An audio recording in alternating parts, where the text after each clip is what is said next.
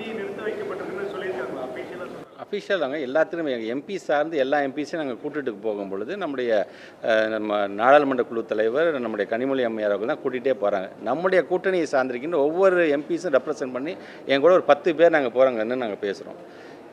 நீங்கள் என்இபிக்கு ஒத்துக்கோங்களேன், என்இபியில் இருக்க மும்மொழி கொள்கைக்கு ஒத்துக்கோங்க, it's matter of second within ½ hour உங்கள் பணத்தை நான் ரிலீஸ் பண்ணுறேன் அப்படின்னு சொன்னாங்கன்னா அது என்ன அர்த்தம்? அது ஆக நாங்கள் அவ்வளோ ஹம்பிளாக அப்ரோச் பண்ணுறோம். நாங்கள் செஞ்ச பெர்ஃபார்மன்ஸ் எடுத்து நாங்கள் பேசுகிறோம். நாங்கள் அப்போ பேசும்போதே மாண்புமிகு இப்போ யூனியன் மினிஸ்டர் தர்மேந்திர பிரதான் அவங்க சொல்லும்போது நானே ஐ எம் ஃப்ரம் நான் ஹிந்தி ஸ்டேட், நானே ஒரியாலேருந்து தான் வந்திருக்கேன், அப்போ நானே சொல்கிறேன் இல்லை அப்படிங்கும் பொழுது நான் சொன்னேன் சார் எங்களுடைய ஸ்டேட்டோடைய சென்டிமெண்ட்டுன்னு ஒன்று இருக்குது. பேரறிஞர் அண்ணா காலத்திலேருந்து இருமொழி கொள்கை எப்படி நாம் கொண்டு வந்ததுலேருந்தே இருக்கின்றது.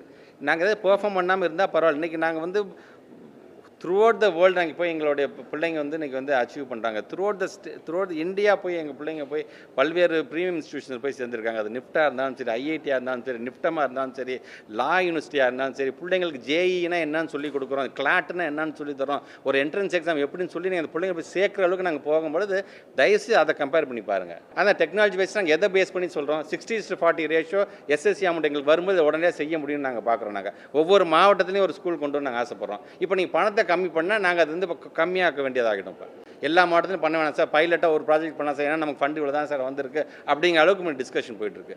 நம்முடைய குறிப்பாக இந்த கல்வி என்று வரும்பொழுது அதை மாநில பட்டியலில் கொண்டு வாங்க எதற்காக நம்ம முயற்சி பண்ணுறோம்? நம்ம கொண்டு வந்தால் நமக்கு என்ன தேவை நம்ம முடிவு பண்ணிக்க மாட்டோமா? நம்ம பிள்ளைங்களை நம்ம அவ்வளோ லெட் டவுன் பண்ணிட போகிறோமா? நம்ம பிள்ளைங்க ஒவ்வொருத்தரையும் அடுத்தடுத்த கட்டத்துக்கு கொண்டு போய் இன்றைக்கி எல்லாரும் பாராட்டுற அளவுக்கு எல்லா விதத்திலையும் இங்கே அச்சீவ் பண்ணிட்டு தான் இருக்கிறாங்க. ஸோ அந்த விதத்தில் தான் இந்த கேள்வியை நான் உங்களுக்கே நான் வைக்க விரும்புகிறேன். உடனுக்குடன் செய்திகளை தெரிந்து கொள்ள சன் நியூஸ் பெல் ஐகானை கிளிக் பண்ணுங்கள்.